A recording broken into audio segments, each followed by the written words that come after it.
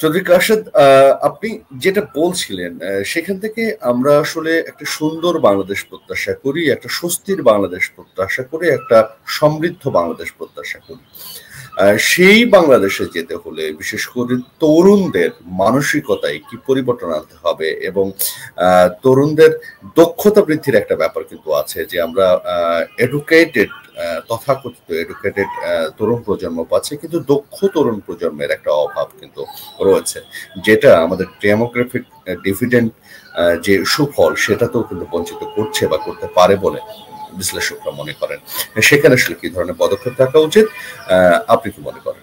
Some people will be moderately religious, some people will be একেবারে religious না, but আমাদের অনেকগুলো এরিয়াতে কিন্তু আমরা তিনজন আবার মানে উই মাইট হ্যাভ একটা একসাথে মতামত মানে মিলানোর একটা জায়গা আছে, সেই জায়গাটাতে আমাদেরকে একসাথে কোঅপারেট করতে হবে। সো এটা খুব ইম্পর্টেন্ট। আরেকটা জিনিস যেটা, সেটা হলো যে আমাদেরকে বিশেষ করে লেটস সে আমাদের নারী সমাজ, এই নারী সমাজ কতটুকু অ্যাকচুয়ালি কাজে, সোশ্যাল সব কাজে ইনভলভ হবে, সেটা নিয়ে আসলে অনেক প্রবলেম আছে, দ্বন্দ্ব আছে। আমরা একদিক কিন্তু অনেক এগিয়ে গিয়েছি, উইমেন আর ওয়ার্কিং, মানে ওয়ার্কারদের মধ্যে তো উইমেনই বেশি কাজ করছে। ইভেন এগ্রিকালচার সেক্টরে মানে মাঠে ঘাটে কিন্তু ফিমেল কাজটা নারীর অংশগ্রহণ অনেক বেড়েছে অনেক। হ্যাঁ, কিন্তু আবার একই সাথে মানে নারীরা যদি আন্দোলনে যায় অথবা মানে যে কোনো কিছু, এটা নিয়ে আবার অনেক ক্রিটিসিজমও আছে। বা নারীর পার্টিসিপেশন ইন মিডিয়া সেক্টর, নারীর পার্টিসিপেশন ইন ভ্যারিয়াস প্লেসেস, এটা নিয়ে কিন্তু এখন পর্যন্ত অনেক গোড়ামি আছে, অনেক অবজেকশনস আছে। তো সেগুলো আমাদেরকে একটু অ্যাড্রেস করতে হবে।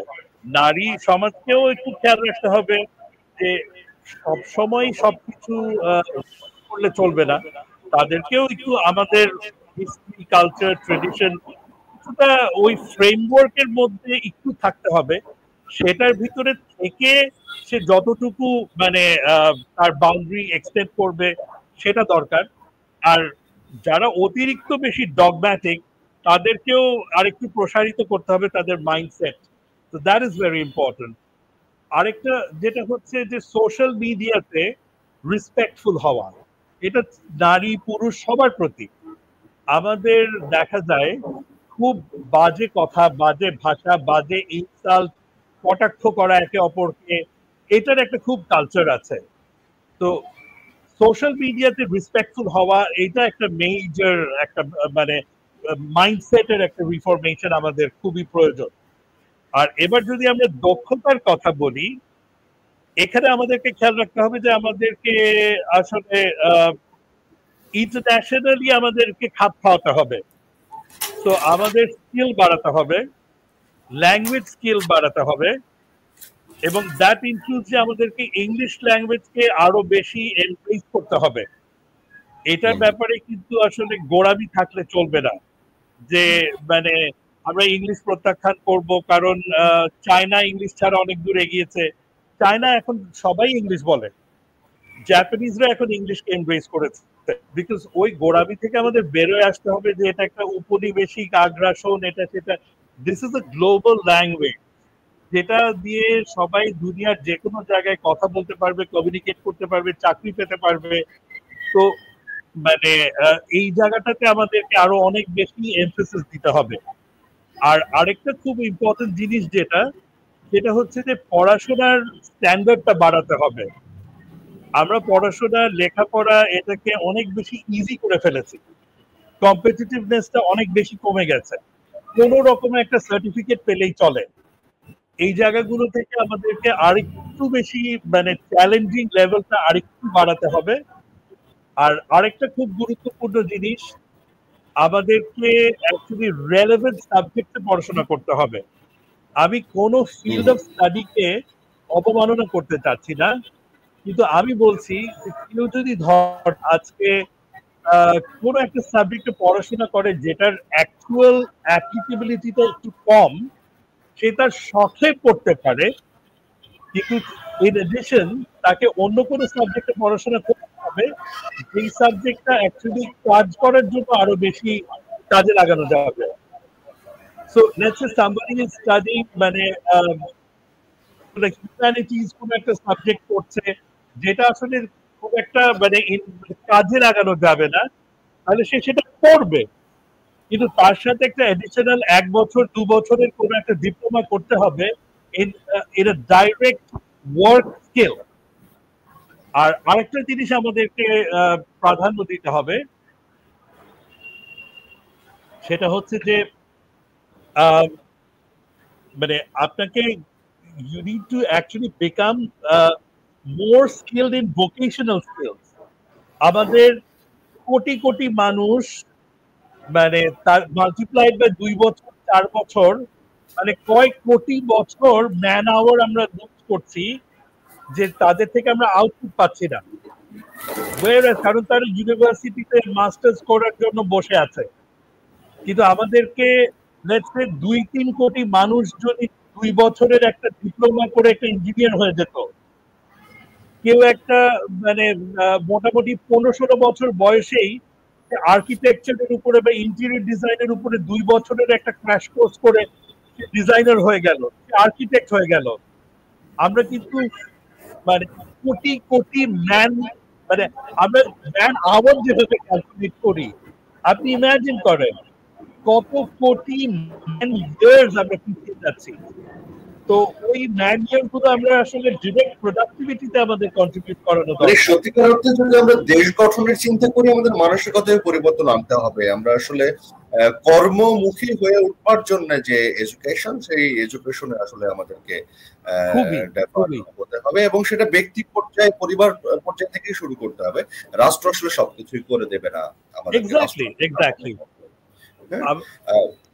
জি বলুন। না, রাষ্ট্র পলিসিটা তৈরি করবে, স্ট্রাকচারটা করে দিবে, কিন্তু ব্যক্তিগত ফ্যামিলির উদ্যোগে people will have to come and make use of that structure. আর আরেকটা জিনিস আমি যেটা এমফেসিস করব, যে আমাদের পপুলেশনের 50% বা বেশি হচ্ছে female workforce, female population. So এটার প্রতি বিদ্বেষ বন্ধ করে এইটাকেও আমাদের অ্যাকচুয়ালি কর্মসংস্থানের মধ্যে আরো বেশি ইনভলভ করতে হবে এবং আরো বেশি রেসপেক্ট তাদের দিতে হবে। এবং সেই ক্ষেত্রে কিন্তু আমরা মানে আরো 10 কোটি মানুষ মানে আরো 7-8 কোটি মানুষের এফর্ট আরো বেশি আমরা পাবো কিন্তু ইনটু আওয়ার নেশন বিল্ডিং। সেটা আসলে সত্যিকার অর্থে আমাদের বাংলাদেশের উন্নয়নকে এগিয়ে নেবে। সেই প্রত্যাশা আমাদের থাকতেই পারে যে আমরা সামাজিক ভাবে এই বিষয়গুলো নিয়ে চিন্তা করতে চাই এবং সেই কাজগুলোকে এগিয়ে নিতে চাই। আমি আর একটা শুধু পয়েন্ট বলবো, আমি মানে নারী সমাজের ব্যাপারে আরেকটা কথা বলবো। আমাদের একটা হার্ডল ক্রস হয়েছে যে মোটামুটি কম বেশি সবাই মেয়েদেরকে স্কুলে পাঠাচ্ছে, কলেজে পাঠাচ্ছে, ইভেন ইউনিভার্সিটিও যাচ্ছে, কিন্তু এটার পরে maximum women they do not work. তারা মনে করে যে তাহলে কিন্তু এই পড়াশোনাটা ওয়েস্টে গেল, তাহলে এই যে রিসোর্স, দ্য টাইম, তাদের ফ্যামিলির টাকা পয়সা, ইউনিভার্সিটির ওই যে স্পেসটা সে অকুপাই করে বসে আছে, দ্যাটস আ ওয়েস্টেজ। টিচারের যে মেধাটা তার উপরে যাচ্ছে, দ্যাটস আ ওয়েস্টেজ। তো তার যদি কাজ করার ইচ্ছাই না থাকে তাহলে এগুলারও করার দরকার নেই, তাকে তাকে আসলে কাজে নামতে হবে। মানে আপনি বলতে চাচ্ছেন যে এডুকেশনটা ইচ্ছে তখন সেটা প্রপার ইউটিলাইজেশন দরকার। এক্স্যাক্টলি ফ্যামিলিও তাকে অ্যালাউ করতে হবে ইউটিলাইজ করতে, এবং তার নিজের মধ্যেও সেই স্পৃহাটা থাকতে হবে ইউটিলাইজ করার জন্য। আপনি হাজার হাজার মেয়ের সাথে কথা বলবেন, আমি এইচআরে কাজ করি দেখে অনেক সময় অনেকের সাথে ইন্টারভিউ ফেস মানে আমাকে দিতে হয়েছে, মানে প্রবাবলি 20,000 মানুষের উপর ইন্টারভিউ আমি নিয়েছি, এবং অনেক অনেক মানুষের মাইন্ডসেটটা হচ্ছে কোন রকম একটু কাজ করব, তারপরে মানে বিয়ে শাদী করে আর কাজ করব না, বা বিয়ে শাদী হয়ে যাওয়ার হলে আমাকে আর কাজ করতে দেয়া হবে না। তো এই জিনিসগুলো থেকে কিন্তু আসলে আমরা মানে as a nation we are suffering. এবং এটারও আবার একটু রিজন আছে, অনেক সময় অনেক ওয়ার্ক প্লেসে তারা কিন্তু প্রপার রেসপেক্ট পায় না, কলিগসদের থেকে হ্যারাসড হয়, বসেস থেকে হ্যারাসড হয়, এই জিনিসগুলোও কিন্তু মানে প্রবলেম।